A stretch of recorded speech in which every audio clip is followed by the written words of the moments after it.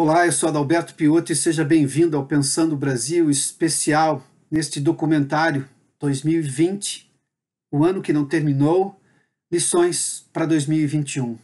No episódio de hoje, nós vamos abordar questões sobre as contas públicas brasileiras, as escolhas políticas do país, a presença excessiva do Supremo Tribunal Federal na vida brasileira, a qualidade da cobertura da imprensa nesse momento único da humanidade, as implicações das redes sociais cada vez mais presentes no cotidiano, a cabeça humana diante da pandemia, a educação na pandemia e a discussão cada vez mais relevante sobre igualdade de acesso a oportunidades para diferentes gêneros e raças.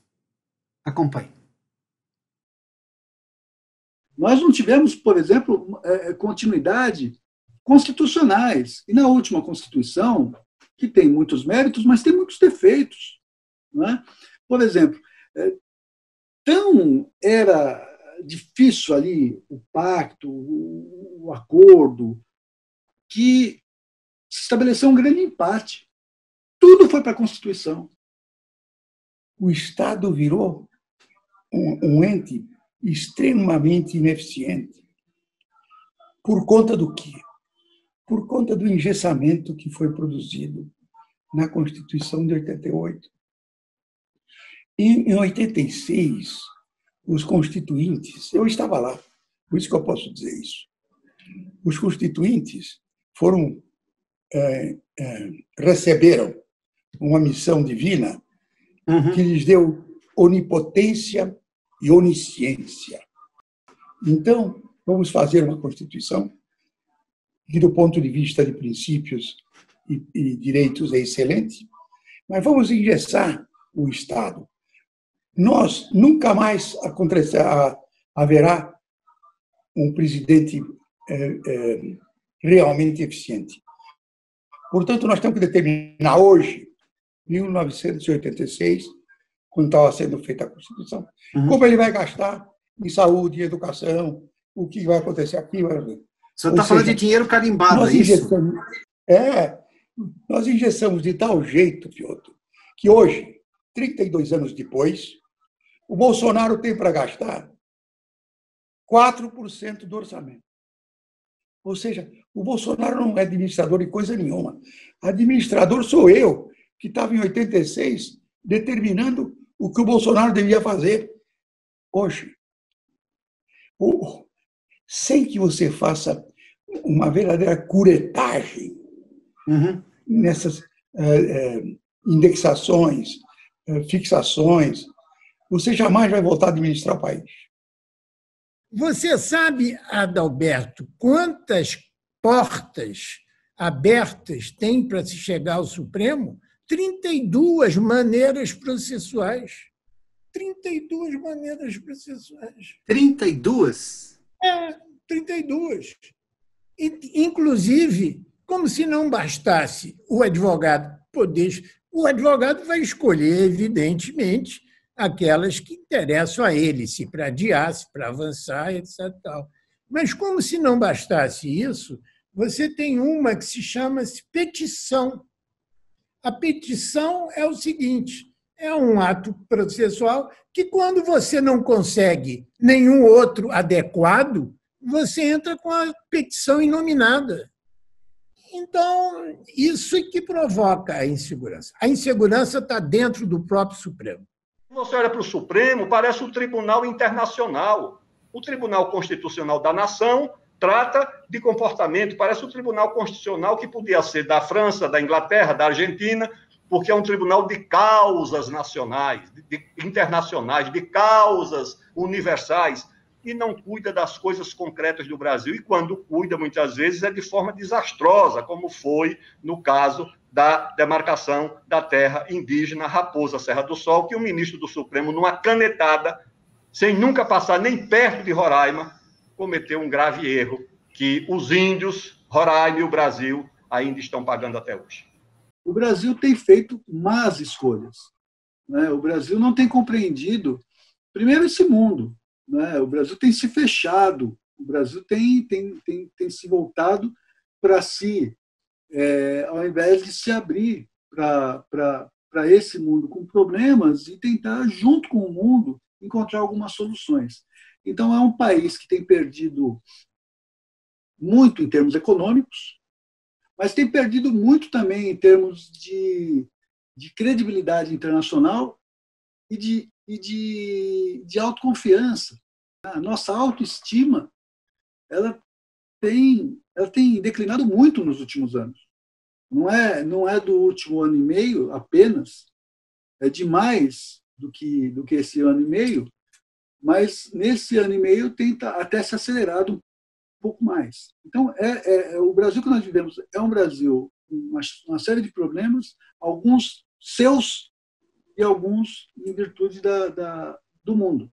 Hoje, o senhor fez menção aí, o Supremo talvez seja aqui no Brasil, e o senhor tem mencionado coisas no mundo inteiro também, a maior fonte de insegurança jurídica. O próprio Supremo se revê com muita frequência num curto prazo por demais. Ou seja, a própria decisão do Supremo é revista logo ali a seguir, ou seja, isso não traz nenhuma condição de segurança sobre as leis brasileiras. Por que nós estamos nesse momento de completa insegurança, porque não se tem sequer o mínimo previsível? Olha, o ministro Celso de Mello, ele gostava muito de dizer que o poder do Supremo é porque o Supremo tem o poder final, tem a decisão final, tem a última palavra. E é verdade. Somente que, como o Supremo armou o seu processo decisório, a gente não sabe quando vai ser dada a última palavra.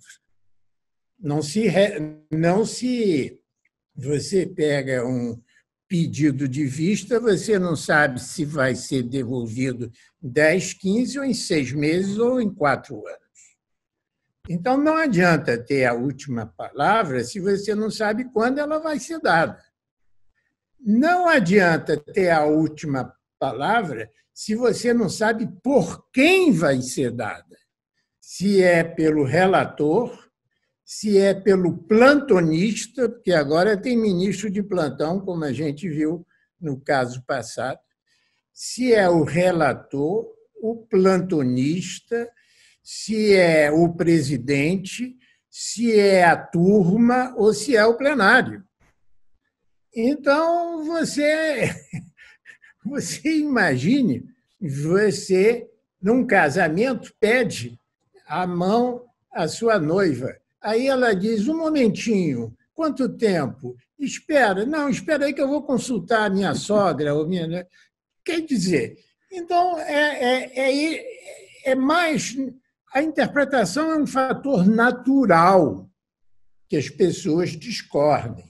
Agora, não é natural um processo decisório onde eles discordam sobre as regras de tomar decisão. Isso que cria uma insegurança. E isso não depende de ser progressista nem garantista.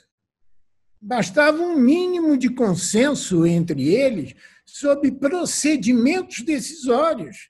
Não precisa do Congresso, não precisa do Executivo, basta o próprio Supremo.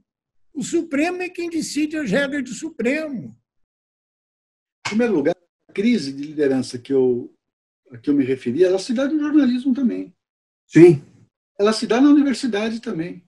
Né? Eu me lembro eu era garoto, eu morava na periferia de São Paulo, né? O sábado à tarde eu pegava um ônibus para ir até o centro da cidade, sabe para quê? Para comprar o jornal do domingo, para voltar lendo o jornal, e eu ganhava a minha noite de sábado, lendo as notícias que só estariam na banca no domingo. Né? E eu me formei ali. Eu li muita gente boa, muita gente de muita qualidade, muita gente...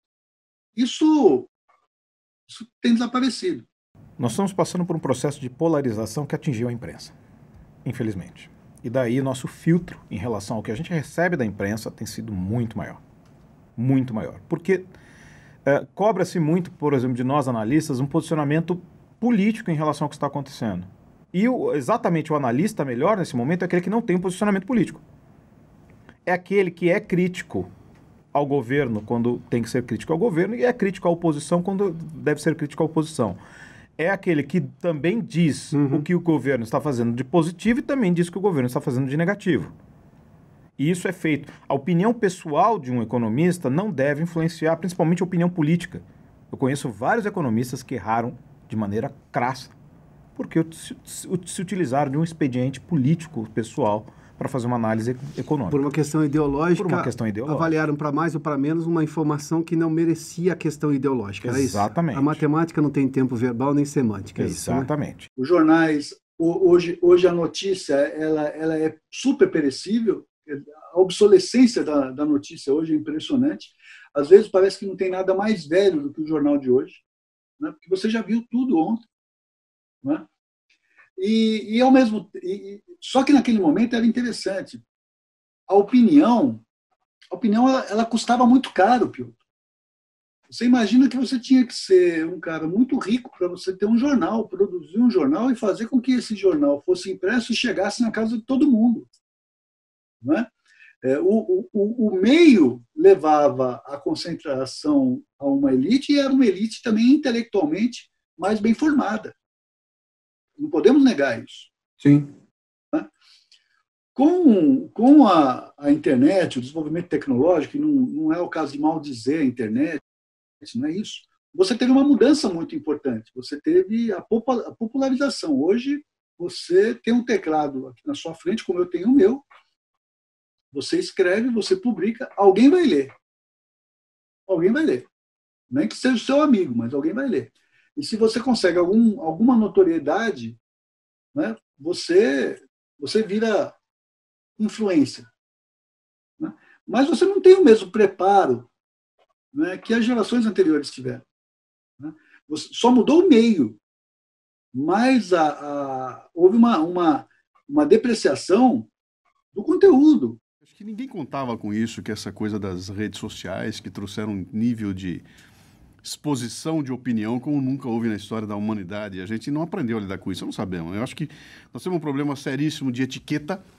Falta as pessoas saberem como se comportar em redes sociais, né, o que aumenta a temperatura barbaramente. Ninguém pensa para ofender outra pessoa e não está ninguém interessado em discutir ideias. Eu estou discutindo se eu gosto de você ou não e já vou xingando de cara ali, né? E eu acho que o que falta é qualificar o debate. Cara. O debate não está qualificado. O debate está em quantidade, então, beleza. Nunca se discutiu tanto como se discute hoje em dia, inclusive política. Política que era uma coisa jogada para meia dúzia de interessados, né? A garotada entrou de cabeça, está todo mundo discutindo hoje em dia. Tem até aquela máxima que o pessoal diz aí que é engraçada, que eu não tenho a menor ideia de quem são os 11 jogadores da Seleção Brasileira de Futebol, mas eu sei o nome dos 11 ministros do Supremo Tribunal Federal. Cara, se você falasse isso 10 anos atrás, imagina, hoje em dia mudou completamente. Mas o debate não está qualificado. 90% não saberia o nome de um ministro. Não, nada. Hoje em dia a gente sabe todos eles. Vai virar estrelas, né? No momento em que começa a ser transmitido aquilo. E as mídias sociais, cara. Quando o YouTube dá acesso a qualquer coisa que você ouviu uma notícia, eu vou para o YouTube na hora e assisto imediatamente aquilo. Então já começou a se criar um ambiente onde qualquer pessoa tem voz, portanto, a gente pode debater à vontade, né? Mas esse debate não está qualificado. Ao mesmo tempo que a gente está aqui falando durante uma pandemia, ao mesmo tempo que você tem a maior acessibilidade, inclusive para jovens, de conteúdos que normalmente eles não teriam acesso. Eu hoje tenho aí um número de seguidores que fazem perguntas para mim melhor do que faziam há 2 anos atrás, e eu respondo no canal do YouTube. Então, eu estou dizendo isso como um bem. Você tem uma ampliação de acesso, você tem a possibilidade de mais pessoas emitirem conteúdo, mas, ao mesmo tempo, a velocidade que isso circula e a acessibilidade do ponto de vista da emissão, eu nem estou falando da recepção, da emissão, não há dúvida que isso pode fazer mal. Isso pode gerar saturação, banalização, violência, como está gerando.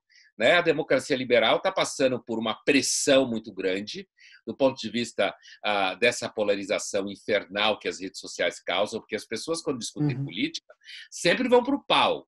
A ideia de que as pessoas discutem política no dia a dia para ser um eleitor crítico é quase um fetiche. É quase um fetiche isso aí. Vender sensatez é uma loucura hoje em dia, porque as pessoas querem comprar o chute na canela. Me perdoe a expressão, mas é o que eu tenho percebido, não é? A sensatez é um problema, é um produto raro. Ele sempre foi raro. Só que a maior parte das pessoas estava excluída disso. Estava excluída. Agora a maior parte está excluída.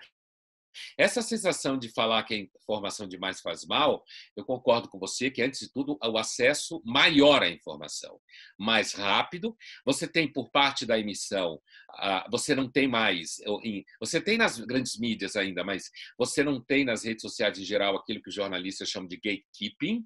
Você não tem gatekeeping, você não tem editoração, você não tem responsabilidade, você simplesmente vai lá e posta o que quer, fala o que quer, ninguém é responsável por isso, certo? Essa mesma molecada que grita em rede social também pede um tipo de respeito social ao ser humano, etc. e tal. E eu acho que, de alguma forma, essas coisas vão convergir. Né? Na hora que a gente entender como qualificar o debate e começar a botar fora esses indivíduos quem extrapola, para qualquer dos lados, né? Eu extrapolo à direita, extrapolo à esquerda. Sim, esses claro. Que extrapolam, esses dois extremos, eles não podem dominar o debate. E o que está acontecendo hoje é que eles estão dominando. Então, a turma, a maioria que está no meio ali, que a gente sensata, olha para aquilo, vê todo mundo se estapeando, aquela gritaria, ninguém escuta o que eu falo, porque estão gritando demais.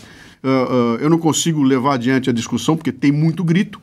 E esses caras estão tomando conta. E a mídia vai para cima, põe a câmera neles, né? Dá microfone para eles e ocupa todo o espaço. Qual é o papel que você acha que tem? E eu falo isso com absoluta muita vontade, porque sou formado em jornalismo, minha carreira maior é no jornalismo. Você acha que a mídia tem papel relevante na realidade que nós estamos sofrendo por ter se desviado? Eu faço menção porque eu tenho uma honra enorme em dizer que os anos 80 e os anos 90, a imprensa brasileira formou a personalidade da sociedade do país, que deu muito subsídio, muita informação para compreender o seu papel, compreender o país, e fez isso de uma maneira muito competente. Talvez porque tínhamos vindo de anos de chumbo, ou seja, de muito pouca liberdade, e isso aflorou muito o desejo de fazer as coisas.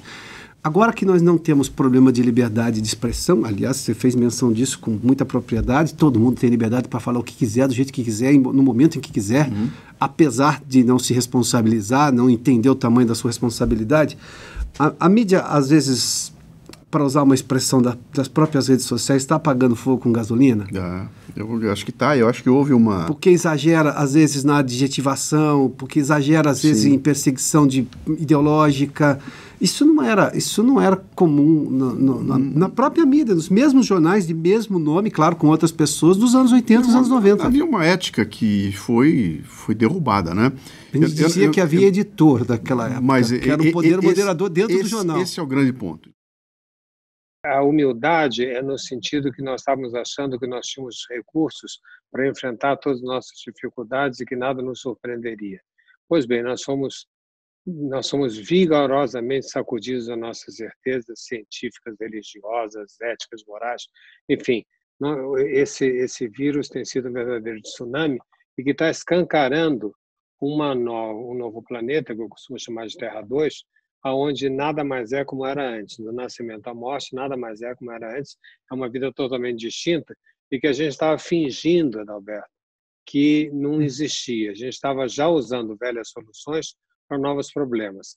Agora, o efeito societário desta pandemia vai fazer com que nós tenhamos que aprender a lidar com a incerteza, porque a incerteza não nos abandonará, o intangível não nos abandonará, espero que não, e o lidar com a incerteza, lidar com o intangível é que nos dá um sentimento de humildade que você falou.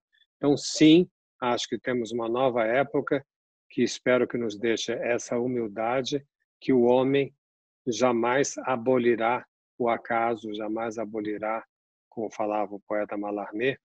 Nós sempre poderemos ser surpreendidos por um vírus e por boas coisas também podemos ser surpreendidos e que nós não temos o controle geral da existência humana. eu não sou apocalíptico, né, por natureza. Eu acho que um dia o mundo vai acabar, inclusive o sol vai apagar, mas isso é muito longe, né? Do ponto de vista histórico da espécie, eu nunca fui apocalíptico. Eu não acho que o mundo vai acabar amanhã. A espécie tem 250 mil anos, a gente já passou por situações terríveis e essa tendência de achar que o mundo vai acabar me parece que tem muito a ver com o narcisismo contemporâneo, de achar que nós estamos vivendo tudo pela primeira vez, e na pandemia isso foi claro. Dentro da história das pandemias, essa é a mais feliz de todas. É claro que todo mundo que morreu é uma perda absoluta e uma catástrofe, mas do ponto de vista histórico comparativo, de todas as calamidades pandêmicas e epidêmicas que a gente viveu significativas, essa é a mais segura, a mais feliz, a mais organizada, e provavelmente vamos sair mais rápido dela. Eu estou dando esse exemplo para dizer que eu não acho que o mundo vai acabar. Por outro lado, é evidente que a dor que a gente sofre, que é contemporânea, faz com que a gente sinta a dor, né? Imagina a dor de quem vivia durante a Segunda Guerra Mundial. Imagina a dor de quem vivia os massacres. Eu uso sempre esse exemplo. Certo? Os massacres da Rodésia, os extermínios da Austrália e na Nova Zelândia. Imagina as dores que se sentiu quando veio gente aqui colonizar a América Latina e a América do Norte, todo mundo que morreu de gripe, morreu de peste, morreu de cólera. Quer dizer, a humanidade é uma espécie extremamente sofrida que desde a invenção do shopping center e da Disney acha que o mundo é um parque temático. Ele nunca foi um parque temático. Eu ouço diariamente pais e mães dizerem o que vai fazer com esse ano perdido no meu filho. Agora, a gente perdeu a perspectiva ao fazer esse tipo de análise de toda a escola básica, né? A escola básica tem 12 anos de duração. Pesquisas mostram que do 5º ao 8º ano pouco se acrescenta, e aí a responsabilidade é da instituição escolar, que represa muito, né, o aprendizado dos alunos com o seu método e a sua organização. Então, alguns meses fora da escola, o ano, né, letivo, não vai pesar tanto assim se a gente considerar os 12 anos. Então, neste momento, boa parte das famílias está pensando no prejuízo que teve. Eu tenho ouvido pouco falar do crescimento, da maturidade, da reflexão, da autocrítica, bem menos do que o tempo perdido. Então, notícias, né, da Europa, por exemplo, nos dizem que a juventude ainda não entendeu bem o que é isso, porque foi só flexibilizar um pouco que pronto, né? É como se nada tivesse acontecido e continuasse acontecendo. A lógica do individualismo, é isso, né, que a gente percebeu? Exatamente. A gente chegou a ver aqui no Rio de Janeiro, né, que aconteceu também nos bares. Então, falta oferecer a essa juventude essa perspectiva de coletivo, né, que ele faz parte de um coletivo e que sem o coletivo ele não é ele. É porque sempre a gente apresenta o coletivo como alguma perda pessoal. E é ganho, né? O coletivo nos oferece o ganho, nos oferece a oportunidade de sermos quem somos e sermos, inclusive, reconhecidos pelo próprio coletivo, pela própria sociedade. E esse é um ensinamento que falta muito na escola, porque as disciplinas humanas foram sendo rejeitadas em função da prioridade das técnicas. Professor, se me permita começar talvez com a pergunta que mais incomoda as pessoas que querem avançar no planeta. O que o senhor acha que agora, em pleno século XXI, nós estamos em 2020, já no século XXI, o que o senhor acha que ainda nós estamos discutindo racismo como talvez discutimos lá atrás, praticamente um século atrás, ou há pelo menos dezenas de anos atrás? Talvez essa limitação humana de poder avançar para além das suas potencialidades, não é? Nós, ao longo da história, conhecemos que quando as sociedades elas evoluíram porque, primeiramente, houve uma transformação espiritual, houve uma transformação interna e houve uma transformação transcendental muito importante no indivíduo e nessa sociedade. Foi só por conta disso que as amarras foram liberadas e essas sociedades conseguiram avançar do ponto de vista civilizatório. E as nossas sociedades, e a nossa sociedade em especial, está amarrada ainda nessa limitação espiritual, nessa limitação de transcendentalidade, e por conta disso, aquilo que eram realidades objetivas do passado, aquilo que já contradizia, que já se opunha, que já agredia todos os sentimentos e os fundamentos de civilidade, não é, do passado, ainda nos mantém amarrados, ainda nos mantém limitados, ainda nos mantém impossibilitados para dar esse salto civilizatório.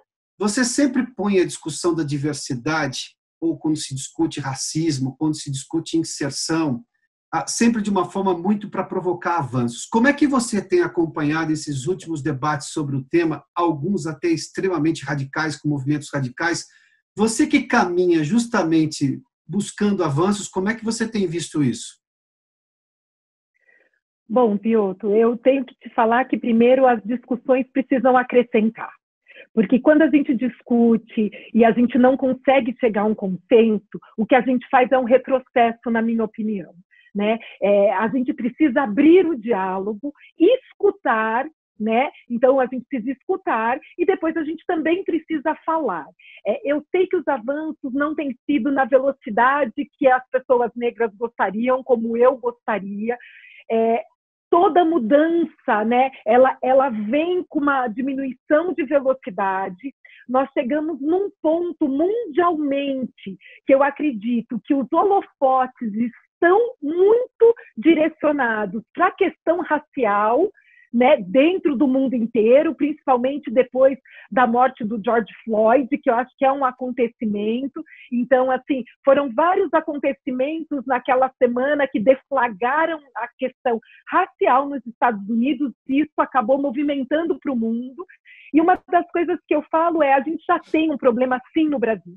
O Brasil é um país de um racismo estrutural muito grande, né? E muitas vezes as pessoas não conseguem perceber o quanto esse racismo estrutural atrapalha o nosso próprio desenvolvimento. E uma das coisas que eu digo o dia que todos tivermos as mesmas chances, que a gente se desenvolver, o país será outro. Né? Então, o que eu acho que a gente está falando aqui é para um futuro muito melhor para todas as pessoas, para as pessoas negras e para as pessoas não negras. Eu acho que a impunidade é o maior alavancador desse tipo. Impunidade, porque o homem só vai preso se ele cometeu um feminicídio, que é quando ele mata a sua companheira. Aí ele vai preso porque ele cometeu um feminicídio, logicamente ele vai ser preso. Mas ele pode quase matá-la, mas ele não vai preso. Ele vai responder liberdade, ele vai pagar cestas básicas, ele vai ter uma pena muito simbólica para isso. Então, na minha opinião, as campanhas para enfrentamento da violência contra as mulheres são feitas para as mulheres se protegerem da violência, não é para que os homens não agridam as mulheres. O foco, na minha opinião, está completamente errado. É claro que é bom você saber se proteger, mas por que não mudar esse foco e falar, homem agressor, se for agredido, essa vai ser a punição, essa e essa.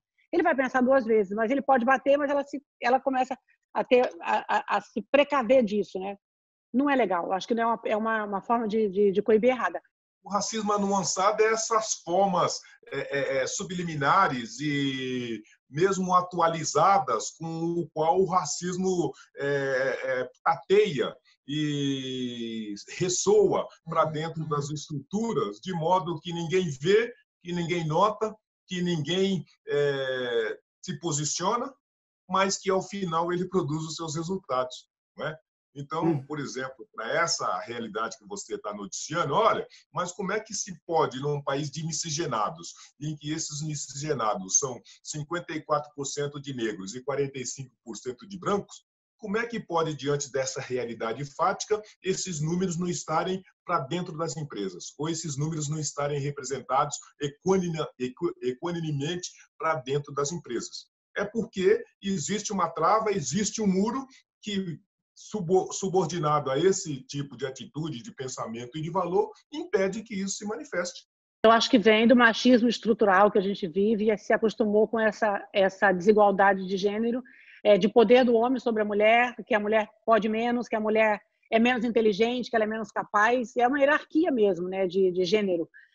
Mas já não tem mais não cabe mais esse tipo de comportamento. A gente precisa desmistificar esse machismo, entender que somos pessoas, né, homem e mulher, cada um com a sua história, cada um com a sua capacidade, e que não tem mais como suportar esse tipo de agressão, de violação, inclusive o que você falou na paridade de salários, né? Por que uma mulher tem que ganhar menos do que um homem se ela é tão capaz, justamente por ser mulher? Então a mulher sofre por ser mulher. Eu acho que o Brasil, se ele não repensar o futuro através da educação, a gente não chega em lugar nenhum. Você sabe que eu venho de comunicação, de marketing, de live marketing, e a gente adora benchmark. Quando a gente olha para a China e olha a educação, né, uma coisa, comparando com a outra, você fala, foi aonde eles colocaram o investimento, na questão educacional. E a gente aqui no Brasil ainda não está com essa visão de colocar, né, o conhecimento e a nossa energia na formação das pessoas. E, para mim, de fato, é isso que vai fazer a diferença no futuro, que vai fazer com que a gente consiga chegar, porque a gente discute cota, discute. Porém, qual que é o mundo ideal? Quando a gente não tiver mais cota. Sim. E como que eu faço para não ter mais cota? Eu tenho que investir numa boa educação, eu tenho que dar exemplos de pessoas que sejam formadas, que conseguiram chegar a gerentes, que conseguiram chegar a diretores, que sejam donos das suas empresas, para que as pessoas negras lá atrás falam, não, se ela conseguiu chegar, eu posso sonhar também em chegar lá e me esforçar para isso. Porque eu vejo nos programas de primeiro emprego, associando estudo e trabalho desses jovens, a grande solução para o Brasil. E não há, neste momento, no governo, sequer uma parada, um tempo maior para estudar isso, que pode ser a grande solução dos problemas sociais brasileiros, né? Da mesma forma que tem o Bolsa Família, você teria o Bolsa Primeiro Emprego, vamos dizer. Eu garanto para você que com 5 bi por ano, você faz um programa maravilhoso, né?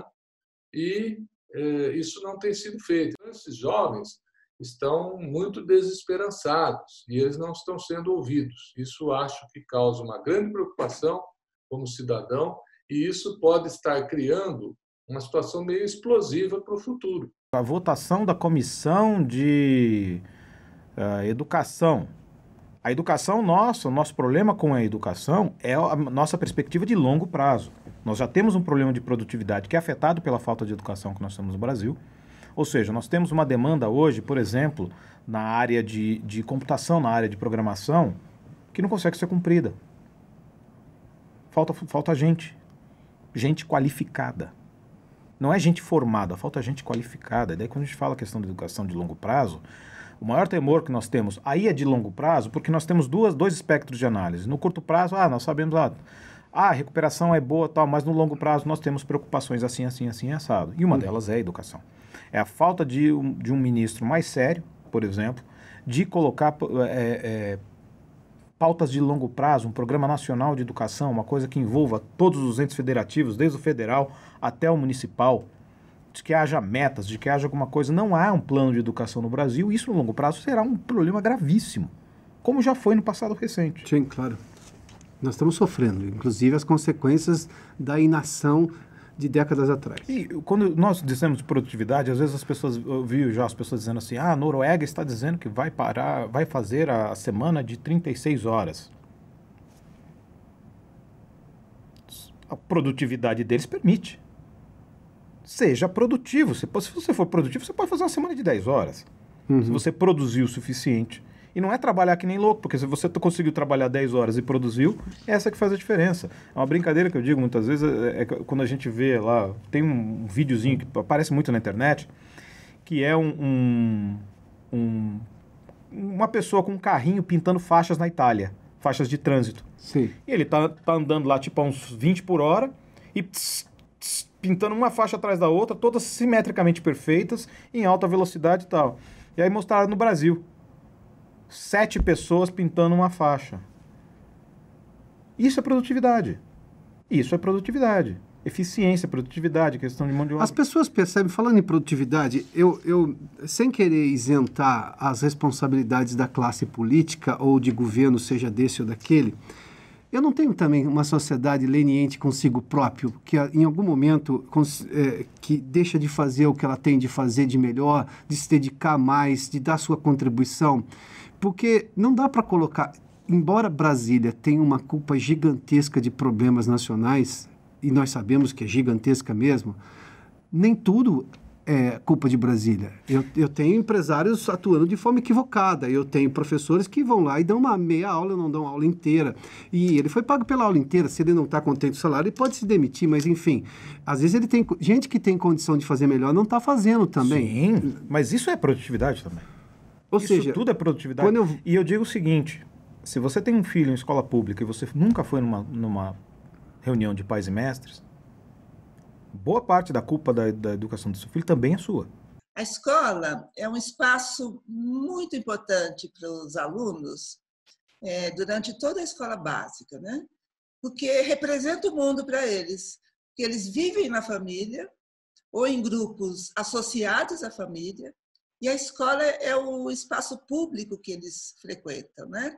É na escola que eles vão aprender o senso de lei, ou seja, existem leis e elas existem para nos proteger.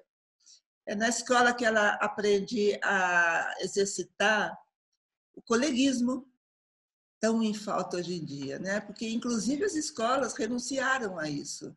Tanto que boa parte delas chama os colegas de amigos, que é uma confusão enorme, porque o amigo é da vida privada e o colega é da vida pública, né? As empresas estão cedendo à pressão do tráfego nas redes sociais, a imagem que a empresa tem no marketing. O marketing digital é a métrica mais precisa que cada vez mais existe para você medir o engajamento dos consumidores com você, né? E isso faz muito barulho. E muita gente tem acesso a isso. Então, você tem reações que estão muito longe de reações que levam em conta certa educação doméstica, uma certa tolerância com a posição oposta. Agora, ao mesmo tempo, as empresas estão sendo cobradas daquilo que é um certo papel republicano do mercado, que é o mercado dar chance a pessoas e grupos que não tinham chance por uma questão de preconceito. O preconceito existe. Né? Um dos problemas de discutir esse assunto é porque não há dúvida que existe racismo. Sem a gente precisar ir tão longe e analisar todo o processo, é óbvio que existe. E no caso do Brasil, está vinculado diretamente ao empobrecimento. Mas mesmo com a formação melhor de, por exemplo, a população negra do Brasil, especificamente do Brasil, ainda assim você tem dificuldade de encontrar espaço de trabalho. Então, eu não vejo no mundo empresarial como um problema monstruoso a tentativa de você incluir pessoas de grupos como dos brasileiros negros dentro de espaços de trabalho, uma vez que, ao entrar, eles também tenham que dar resultados como todo mundo, né? Eu acho que a grande exclusão de uma maioria que o mercado de trabalho já preparou é a exclusão dos dinossáricos, que você falou. Né? Agora as empresas têm carreiras meteóricas de meninos e meninas que viram CEOs com 39 anos. E como você bem falou no tempo seu de redação, quer dizer, uma pessoa que tinha 70 anos, ela tinha uma experiência de vida que um CEO de 35 não tem. Então, o jovem ele é mais rígido, ele é mais inexperiente, ele acredita mais em teoria, enquanto a pessoa que tem mais experiência sabe que o mundo não cabe na teoria. A idade ajuda você a ser um pouco mais tolerante com as sombras que existem na vida. Doutor, quando eu era criança, eu me lembro de assistir a um programa apresentado pelo Carl Sagan, e ele dizia, diante dos problemas que a humanidade tinha naquele momento, eu acho que dos anos 80, se não me engano, ele dizia que ele sonhava que a gente tivesse logo contato com extraterrestres, porque daí não haveria mais razão para a gente ter guerra. A gente estava no auge da Guerra Fria. Então não haveria razão para terráqueos brigarem contra terráqueos, porque daí a gente teria, digamos, que lidar com povos de outros planetas, ou seja, teríamos que nos unir. A gente não precisou de povos alienígenas para a gente perceber que a gente está no mesmo barco. O senhor acha verdadeiramente que a sociedade ou a humanidade como um todo vai mudar a percepção de si própria daqui a algum tempo, quando o vírus for só uma saudade ou pelo menos uma lembrança, que já não é mais um problema porque temos vacina para isso? Ou a gente vai ter que viver com essa lógica de que podemos a cada momento ser atacado por alguma coisa biológica que nos coloca num patamar de igualdade, em alguns termos, uma igualdade que não se vê há muito tempo?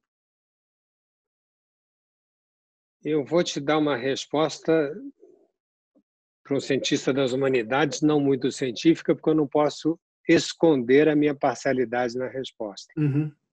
Então, prefiro dizer que eu voto no time que aprenda alguma coisa desse tsunami pelo que a gente está passando e que a gente não saia dessa pandemia da maneira que a gente entrou. Será, a meu ver, um atraso de vida muito grande se nós voltarmos a nossas políticas focais, como eram até antes da pandemia, desconhecendo a globalização que a gente vive. Os políticos, a meu ver, foram muito responsáveis pela cegueira da pandemia, porque eles pensam focalmente no mundo global. Então, eu espero que esse verdadeiro reset pelo qual a humanidade está passando nos deixe como legado a experiência da vida solidária, no sentido da articulação das nossas solidões uns com os outros, do achatamento da verticalidade, quer dizer, nós estamos todos no mesmo barco e é necessário para a sobrevivência de cada um de nós o que está acontecendo com o outro. É um pouco invertendo a ordem iluminista que dizia a minha liberdade começa quando termina a sua, é mais assim, a minha liberdade começa quando começa a sua.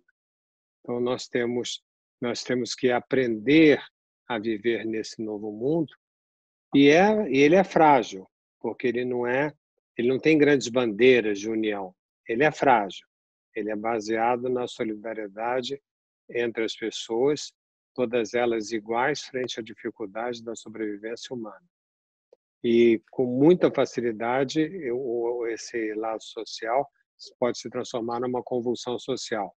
Então temos que tomar cuidado de nós mesmos, porque nada nos é dado, vamos ter que construir essa sociedade a cada momento, temos que tomar muito cuidado com tudo isso, mas eu espero que a gente aprenda e eu então te respondo que eu acho que sim, nós seremos diferentes.